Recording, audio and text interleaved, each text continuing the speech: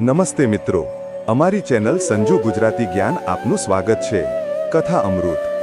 એક સમયની વાત છે. ભગવાન વિષ્ણુ અને માં લક્ષ્મી પૃથ્વી લોક પર ભ્રમણ કરવા આવ્યા. એક ગામમાં પહોંચીને તેમને પોતાનો વેશ બદલીને સાધુ અને સાધ્વીનો વેશ ધારણ. ત્યારે માં લક્ષ્મીએ પૂછ્યું, સ્વામી, આપ આજે પૃથ્વી લોક પર કયા ઉદ્દેશથી આવ્યા છો? શું કોઈ ભક્ત પર કોઈ સંકટ છે જેના કારણે આપ મને પણ સાથે લઈ આવ્યા? ત્યારે શ્રીહરિ વિષ્ણુએ હસીને કહ્યું, દેવી, આ મૃત્યુલોકમાં તો બધા પોતાના કર્મો અનુસાર કષ્ટ ભોગવે છે. હું એ જોવા માંગુ છું કે આટલું કષ્ટ સહન કર્યા પછી પણ શું તેઓ પુણ્ય કમાય છે, સાથે જ ભક્તિ કરે છે કે નહીં? સૌથી પહેલા શ્રીહરિ અને માં લક્ષ્મી એક ધનવાન શેઠના ઘરે પહોંચ્યા. ત્યાં પહોંચીને તેમણે શેઠજીને બૂમ મારી. તેમને બૂમ સાંભળીને શેઠજી બહાર આવ્યા. તેમની સાથે ભગવાન વિષ્ણુએ કહ્યું, શેઠજી, તમારા પર તો માં લક્ષ્મીની ઘણી કૃપા છે, છતાં પણ તમે બહુ પરેશાન છો. તેનું શું કારણ છે? શેઠજી તેમને જોઈને રડવા લાગ્યા અને કહ્યું, સાધુ બાબા, મારા કષ્ટનું કારણ આ ધન જ છે, જેને તમે લક્ષ્મીજીની કૃપા કહી રહ્યા છો. મારું બધું ધન મારા દીકરાઓએ સમેટી લીધું અને તેઓ ઘર છોડીને ચાલ્યા ગયા. હવે આ ઘરમાં હું અને મારી પત્ની રહીએ છીએ. તે બહુ બીમાર છે અને દીકરાઓને યાદ કરતી રહે છે. જો આ ધન ન હોત તો લાલચ ન હોત અને અમારા દીકરાઓ અમારી પાસે હોત. આ સાંભળીને ભગવાન વિષ્ણુએ કહ્યું, શેઠજી, તમારા કષ્ટનું કારણ ધન નથી, તમારા કર્મ છે. તમે ધન ગરીબો પર અત્યાચાર કરીને કમાયું અને તેનાથી તમારા બાળકોનું પાલન પોષણ કર્યું.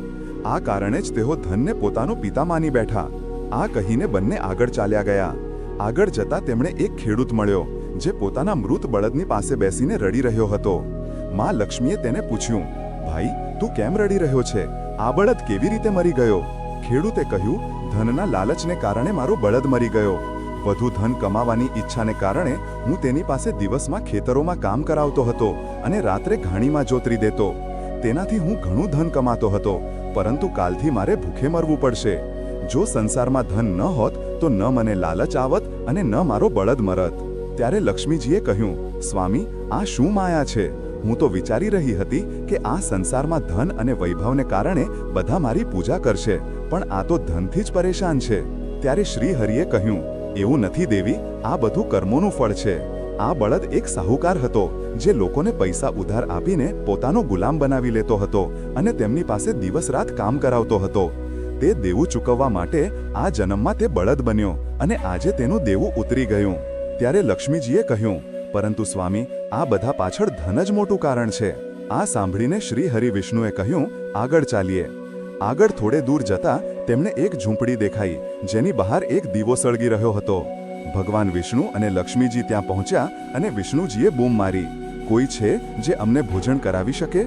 આ સાંભળીને એક સ્ત્રી ઘરની બહાર આવી અને બોલી, હે સાધુજનો, પધારો, મારા નાના ઘરમાં તમારું સ્વાગત છે. તે બંને અંદર ગયા. ત્યારે લક્ષ્મીજીએ પૂછ્યું, તમે ઘરની બહાર દીવો કેમ સળગાવી રાખ્યો છે? ત્યારે તે સ્ત્રીએ કહ્યું, મારું નામ સુજાતા છે. આ દીવો મેં આવતા જતા લોકો માટે સળગાવી રાખ્યો, જેથી તેઓ અંધારામાં રસ્તો ન ભૂલી જાય, અને જો તેમને કોઈ કષ્ટ હોય તો અમે તેમની મદદ કરી શકીએ. આ સાંભળીને વિષ્ણુજીએ કહ્યું, અમે તમારા ઘરે ભોજન કરવા માંગીએ છીએ. આ સાંભળીને સુજાતા બોલી, મહારાજ, તમારે થોડો સમય રાહ જોવી પડશે. મારા પતિ હમણાં શેઠજીના ઘરે કામ કરી રહ્યા હશે. તેઓ મજૂરી લઈને ખાવાનો સામાન લાવશે, ત્યારે જ હું તમને ભોજન કરાવી શકીશ. આ સાંભળીને લક્ષ્મીજીએ કહ્યું, તમારી પાસે ધન નથી, જો તમારા પતિ ન લાવી શક્યા તો શું થશે? ત્યારે સુજાતાએ કહ્યું, શ્રી હરિ અને માં લક્ષ્મીની કૃપાથી અમને એક સમયનું ખાવાનું અવશ્ય મળી જાય છે. તે જ અમારા માટે ઘણું છે. ભગવાનની કૃપાથી અમે આજ સુધી ભૂખ્યા નથી સૂતા, તો આજે પણ નહીં સૂઈએ. આનાથી વધારેનો લાલચ અમને નથી. થોડા સમય પછી તેમનો પતિ સામાન લાવ્યો અને બંનેએ ભોજન બનાવીને સાધુ અને સાધ્વીની સામે રાખ્યું. ભોજન મૂકીને સુજાતાએ કહ્યું, આ સૂકું સૂકું એટલે કે સાદું ભોજન અમે ભગવાનનો પ્રસાદ સમજીને ગ્રહણ કરીએ છીએ. આપ પણ પ્રસાદ સમજીને ભોગ લગાવો, તેનાથી તમને સંતોષ થશે. ભગવાન વિષ્ણુ અને માં લક્ષ્મીએ ભોજન કર્યું. આ પછી લક્ષ્મીજીએ કહ્યું, અમે તો ભોજન કરી લીધું, પરંતુ તમારા માટે કંઈ બચ્યું નહીં? સુજાતાએ કહ્યું, નહીં, હજી એક ચોખાનો દાણો બચ્યો છે, તે જ અમારા માટે પૂરતો છે. ભગવાનનો પ્રસાદ ચાખવા પણ મળી જાય તો આ પરમ સૌભાગ્યની વાત છે. તેમનું સમર્પણ જોઈને ભગવાન વિષ્ણુ અને લક્ષ્મીજી પોતાના અસલી વેશમાં આવી ગયા. શ્રી હરિ વિષ્ણુએ કહ્યું, સૌથી મોટું ફળ સંતોષનું છે. ધન બધા માટે આવશ્યક છે, પરંતુ લાલચમાં ફસાયેલો માણસ તે ધનનો પણ સુખ નથી ઉઠાવી શકતો. તમે બંનેએ આજે પોતે ભૂખ્યા રહીને અમને ભોજન કરાવ્યું. આજથી આ ઘરમાં અન્નધનના ભંડાર ભરેલા રહેશે.